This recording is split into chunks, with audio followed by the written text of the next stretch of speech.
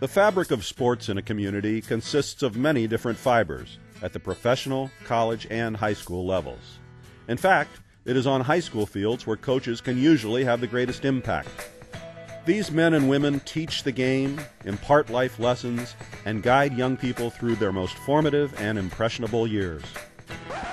And sometimes, if they are Gary Cunningham, they also have their baseball teams wear shorts just for the heck of it.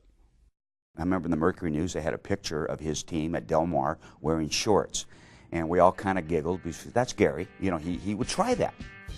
Gary Cunningham did not become the most accomplished prep baseball coach in Santa Clara County history by failing to take his sport seriously. He was a fervent competitor who accumulated 821 lifetime victories and knew all of his game's strategic nooks and crannies. But he also knew that it was just a game, and made certain that his players enjoyed playing it as much as he enjoyed coaching it. How many coaches really want to have 28, 29 guys on the team in high school, in baseball? Zero, with the exception of him. And Gary was so enamored by the fact that he wanted everyone to participate. So he started the backups and the third stringers like 4 or 5 games, it seemed like, because they deserve the opportunity. They practice hard, they do everything hard. Well, we're going to do that. Well, what if we lose? It doesn't matter. It's their chance to play. Cunningham began his baseball life at Menlo Atherton High School and moved on to set batting records as a San Jose State outfielder before a brief professional stint with the San Diego Padres organization. As a player, Cunningham had always tutored the younger members of his teams, so entering the coaching profession was a natural. Began at Lynbrook High in San Jose and then moved across town to Del Mar High, where he built interest in the team by donning formal wear, or those shorts. In 1988, however, he accepted the job that would come to define his career at San Jose's Bellarmine College Prep. It would be his home for the next 21 memorable years, and his players soon learned about Cunningham's unique approach.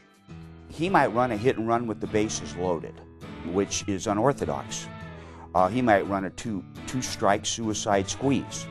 This included a rather uncommon system of flashing signs to his players. If we wanted to drag him up, so you just taking a drag of a cigarette. What are you doing? Like, you just see, he's like, BHS. I'm like, how? He'd go bunt, hit and run, steal. I'm like, all right. And those are the only signs that he would really give. Cunningham's methods may have been atypical, but they were wildly successful. He averaged 25 victories a season at Bellarmine, winning 9 West Catholic League championships as well as 3 Central Coast Section championships. He had offers to leave Bellarmine and coach college teams, but remained loyal to the school that also embraced him. I tried to get him to come help me at San Jose State. I think he felt really at ease with that level, that age group. They responded to him.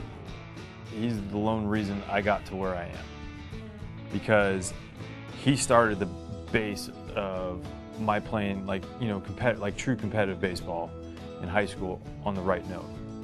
In 2008, after 38 years in the dugout, Cunningham coached his final game, leaving Bellarmine with 526 victories and just 185 defeats. Along the way, he was named California Coach of the Year, Western Regional Coach of the Year, and a CCS Honor Coach. But his greatest compliments come from his peers, who considered him both a respected opponent and valued colleague. I had cancer, and I was in isolation for 100 days at my home. And Gary came over about 80 evenings after his day was done. We would watch games on TV, and we would talk. And I never forgot that. I thought that was one of the most amazing signs of friendship that I'd ever seen. He's just a wonderful human being. He will always say, it's my players. No, it's him. He got his players to perform. He got his players to play at the highest of levels with class, with the utmost respect for the game, for teammates, and just teaching the game the right way. Tonight, after 823 career victories and countless hit-and-run plays in both shorts and long pants, Cunningham will accept an honor he has earned by the way he coached and the lessons he taught to all those players over the years, making one more unique trip around the bases and across home plate to enter the San Jose Sports Hall of Fame.